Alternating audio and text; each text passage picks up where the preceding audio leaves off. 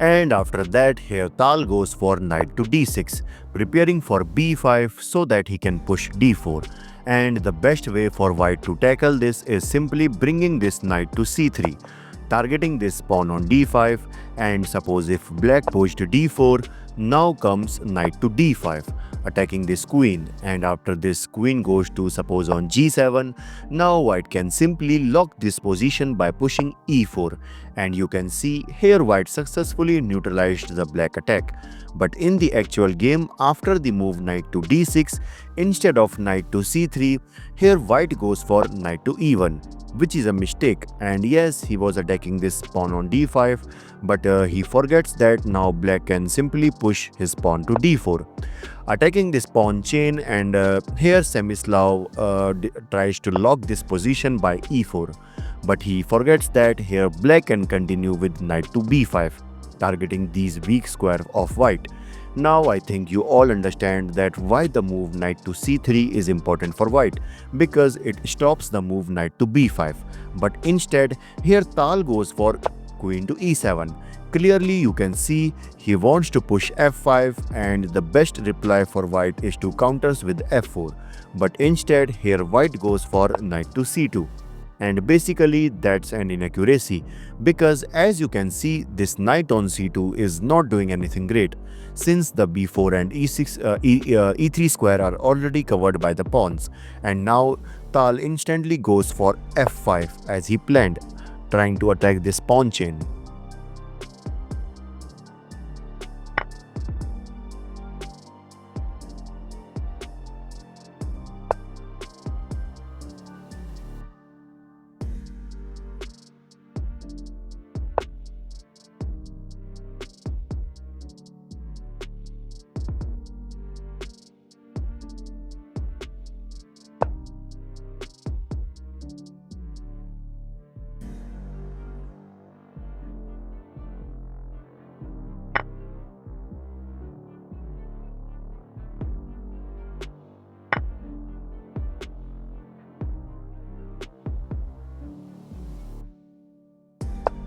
And now it's better for black to simply slide this queen to d2. But Tal is Tal, because in this position, here Tal decides to sacrifice his queen by queen to e2. Basically, he did this because after rook takes e2, rook takes e2, attacking this queen. And let's suppose if white decides to protect this queen to c1 square, which is the only safe square left for this queen. But guys, that will be a mistake because of rook to g2 check. And obviously he can't go there due to threat of this, so that's why king to f1, and after that rook takes h2, threatening to play rook to h1 check. So that's why the best option for white is to go for knight to e1, so that whenever he gives a check, white can simply move his king and these queens get protected. Okay, so now here black can go for rook to h1 check, and after king to f2, bishop to d5, threatening to give a check again. And as you can see, this king is struck in a position where it is already covered by all the black pieces, where this so basically this pawn is covering these pieces. And that's why this keeps white getting check again and again. And by this you can see white is unable to progress, and so that's why this game is now completely equal.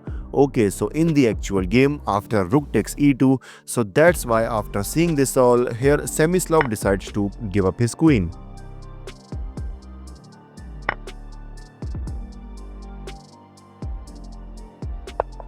A good move by white, bringing this knight to a better position.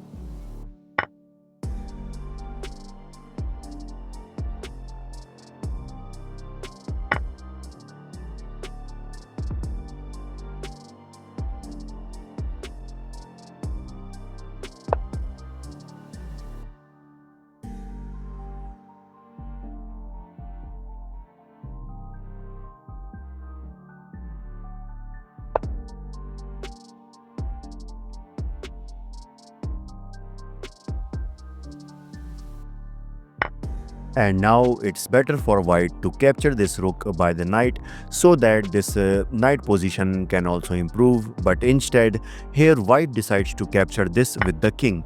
And you can see now there is no more better square left for this knight.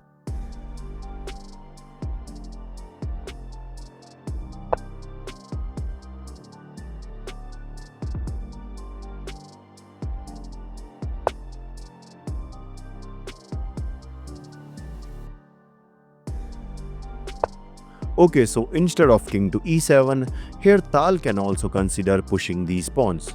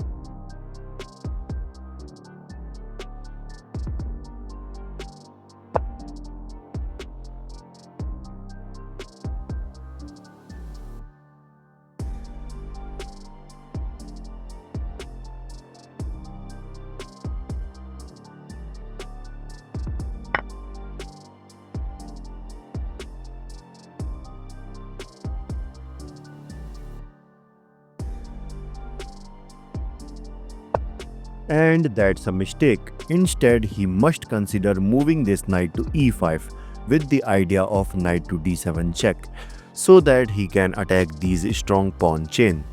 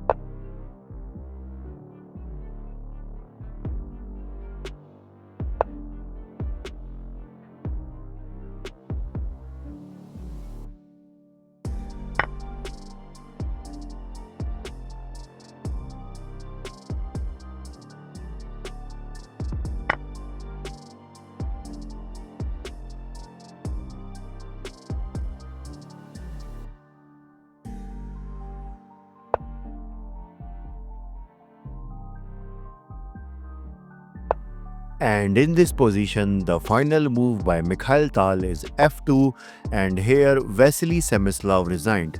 Because clearly you can see now no one can stop this f pawn from promotion. This is your host Bison signing off. Bye bye.